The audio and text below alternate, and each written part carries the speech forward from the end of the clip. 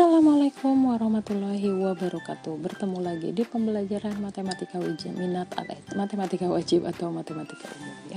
Dalam kesempatan kali ini kita akan membahas tentang persamaan dan pertidaksamaan nilai mutlak satu variabel ya. Ini ada di kelas 10 bab pertama ya. Nah, sebelum kita ke persamaan dan pertidaksamaan nilai mutlak satu variabel, kita masuk dulu ke konsep dasar nilai mutlak ya, supaya kita lebih paham dari konsepnya dulu. Nah, apa sih konsep dasar nilai mutlak itu ya? Ini ada permasalahan nih. Seorang anak bermain lompat-lompatan di lapangan. Dari posisi diam, anak tersebut melompat 6 langkah ke kanan, kemudian 8 langkah ke kiri, dilanjutkan 5 langkah ke kanan dan diakhiri 6 langkah ke kiri ya. Nah, di sini dari permasalahan ini ada tiga pertanyaan ya. Yang pertama, buatlah sketsa lompatan anak tersebut. Berarti kita harus membuat garis bilangan ya. Sketsa nih, misalkan. Oke. Nih, ini adalah garis bilangannya supaya kita membuat sketsanya ya. Misalkan dari sini posisi diam anak tersebut ya. Dari posisi diam, berarti misalkan posisi diamnya kita anggap 0 ya. Oke. 3, 4, 5, 6 ya. Ini kita tulis dulu, ke kanan itu adalah positif seperti biasa garis bilangan ya.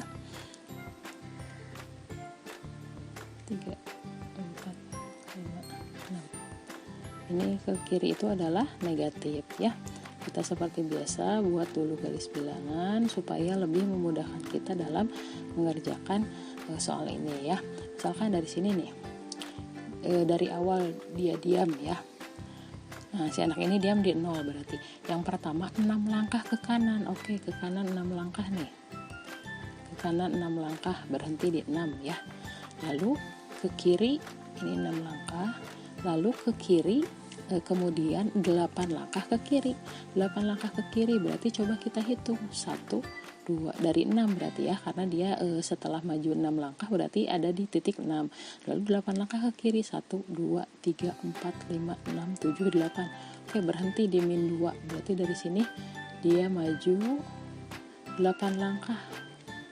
Nah, sampai di titik min 2 ya. Ini 8 langkah ya. Lalu kemudian dilanjutkan 5 langkah ke kanan lagi. Berarti dari sini dia ke kanan ya. Dari sini dia ke kanan. Ke kanan lagi 5 langkah, berapa? Dia berhenti di angka berapa ya? 1, 2, 3, 4, 5. Berarti di angka 3 nih dia akan berhentinya di angka 3 positif. Nah, di sini ya. Ini 5 langkah. 5 langkah. Nah, dari sini diakhiri 6 langkah ke kiri. Oke, 6 langkah nih dari sini. 6 langkah dari 3. Coba hitung 1, 2, 3, 4, 5, 6. Berarti dia akan berhenti di titik min 3 ya. Di sini nih. Ini 6 langkah. Oke, kita tulis nih, ini 6 langkah ya. Ini 5 langkah. Yang ini 8 langkah. Yang ini 6 langkah ya. Jadi yang pertama 6 langkah ke kanan, kemudian dari kanan dia lompat lagi 8 langkah ke kiri sampai di titik min 2, lalu dia dari min 2 lompat lagi ke kanan 5 langkah, berhenti di titik positif 3 ya. Dari positif 3 dia melompat lagi 6 langkah ke kiri, berhenti di titik min 3 ya, diakhiri di titik min 3 ini ya.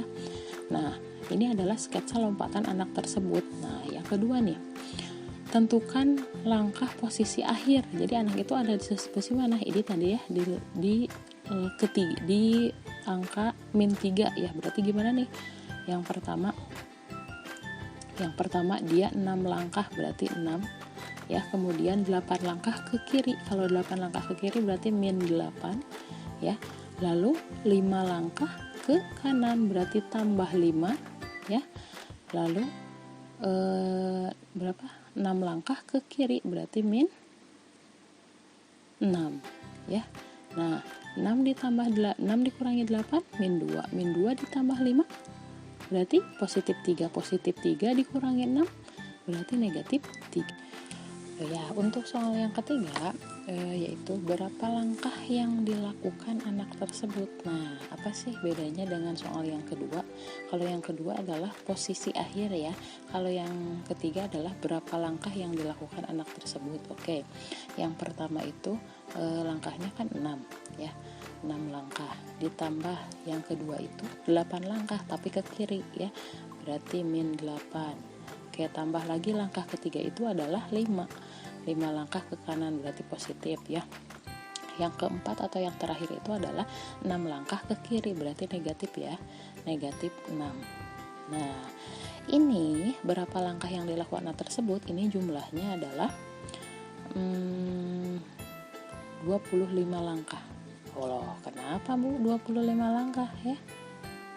Nah, berapa? Kok 25 langkah? Nah, ini masuk ke konsep dasar nilai mutlak.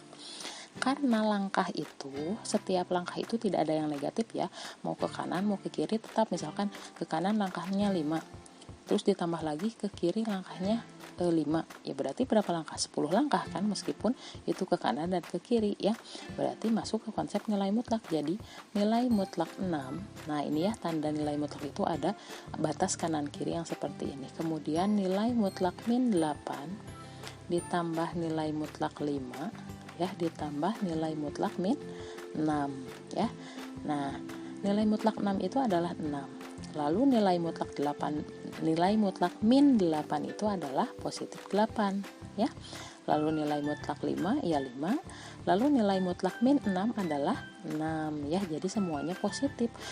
Makanya nilai mutlak itu nilainya selalu positif. Kenapa? Karena dilambangkan seperti langkah.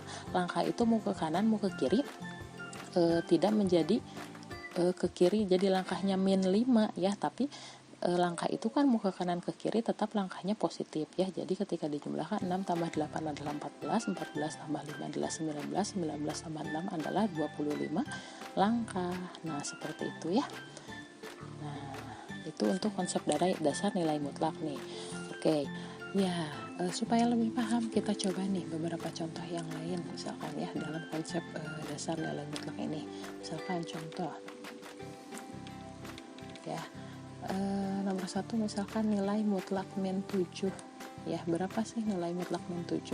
Nah, karena tadi balik lagi nilai mutlak itu diumpamakan seperti jarak itu selalu bernilai positif ya, berarti kalau nilai mutlak min 7 maka nilainya itu adalah 7 ya. Lalu misalkan nilai mutlak 2 ditambah nilai mutlak min 3 ya, nilai mutlak min 3, maka menyelesaikannya adalah nilai mutlak 2 yaitu 2, nilai mutlak min 3 yaitu 3 ya, maka 2 ditambah 3 adalah 5 ya. Oke, misalkan contoh yang ketiga nih, nilai mutlak 1 kurangi 3 dikurangi nilai mutlak 5 ditambah nilai mutlak min 1 misalkan ya, maka cara menyelesaikannya adalah 1 dikurangi 3 adalah min 2 ya, nilai mutlak min 2 dikurangi min 5, nilai mutlak min 5 ditambah nilai mutlak min 1. Coba nilai mutlak min 2 berarti 2 dikurangi nilai mutlak min 5 adalah 5 ditambah nilai mutlak min 1 adalah 1 ya, maka 2 dikurangi 5 min 3 ditambah 1 adalah min 4 ya, seperti itu ya. Oke, atau misalkan nilai mutlak nomor 4 ya, nilai mutlak min 2 pangkat 3 gitu ya, maka nilai mutlak min 2 pangkat 3 adalah nilai mutlak min 8, nilai mutlak min 8 itu hasilnya 8 ya, seperti itu untuk contoh soal nilai mutlak itu sendiri ya. Oke, satu lagi deh contohnya, misalkan nomor 5, nilai mutlak 2 dikali nilai mutlak min 3 ya, atau min 5 deh misalkan ya.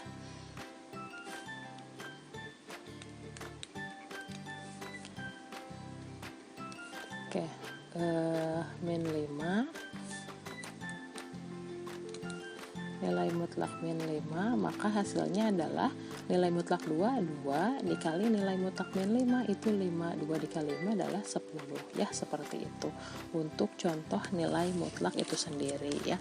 Oke, mudah-mudahan kalian paham. Sampai berjumpa di pertemuan berikutnya. Wassalamualaikum warahmatullahi wabarakatuh.